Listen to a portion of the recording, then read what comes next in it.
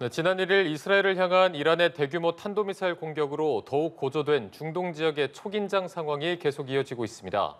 국제사회는 이스라엘이 과연 언제, 어떤 방식으로 반격에 나설지에 촉각을 곤두세우고 있는데요. 보도국 연결해서 관련 소식 알아보겠습니다. 이준삼 기자.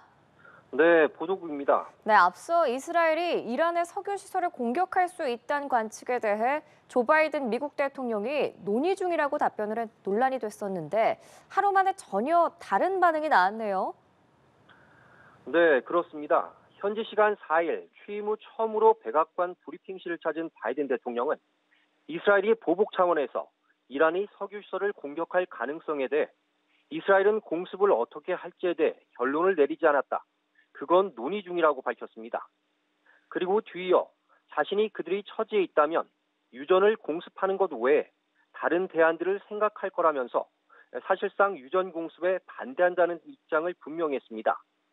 바로 하루 전 바이든 대통령은 이스라엘이 이란이 석유 시설을 타격하는 것을 지지하느냐는 이런 기자들의 물음에 우리는 그것에 대해 논의 중이라고 답변해 파장을 일으켰는데요.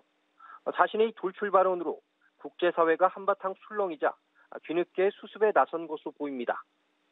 바이든 대통령은 전방위적 군사작전을 전개하고 있는 네타냐후 이스라엘 총리를 향해 강한 불쾌감도 드러냈습니다.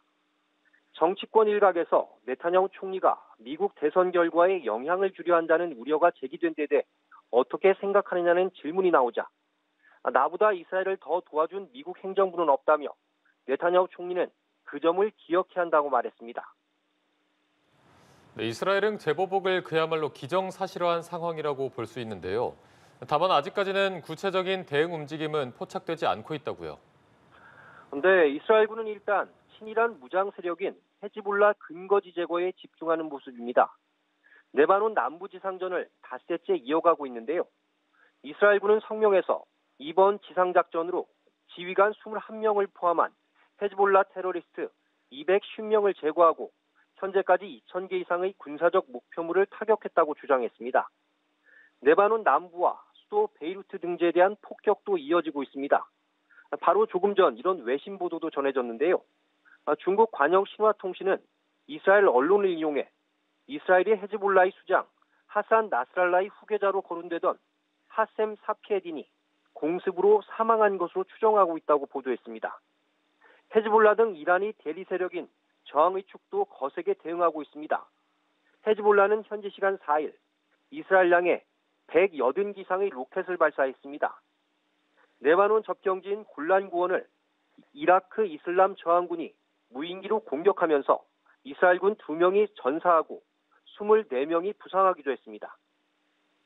네, 이란 쪽 움직임도 살펴보죠. 이란 최고 지도자 하메네이가 테헤란 금요 대예배를 직접 집전했다고 하는데 이건 어떤 메시지로 봐야 하는 건가요? 네, 테헤란 금요 대예배는 정기 종교적 의식이지만 이란이 정치적 메시지를 이 대내외에 발신하는 행사로 기능해 왔습니다. 특히 하메네이 이란 최고 지도자가 이 예배를 직접 집전한 건 이란 군부 실세 가셈 솔레이마니가 미국에 의해 암살된 2020년 1월 이후 처음으로 강력한 대응 의지를 내비친 것으로 해석되고 있습니다. 실제로 하메네이는 이날 설교에서 저항은 후퇴하지 않을 것이라며 무슬림 단합을 촉구하고 설교 도중 자신의 옆에 세워져 있는 소총을 잡는 모습을 보여주기도 했습니다. 다만 이란 당국은 이스라엘과 더 이상의 확전을 원치 않는다는 태도도 역시 분명히 하고 있습니다. 사전 예고 없이 레바논을 찾은 아바스 아락치 이란 외무장관은 이스라엘의 재보복 가능성에 대해 이란은 공습을 계속할 의도가 없다면서도 이란을 겨냥해 이스라엘이 하는 일말의 행동에도 분명히 대응할 것이라고 강조했습니다. 지금까지 보도국에서 전해드렸습니다.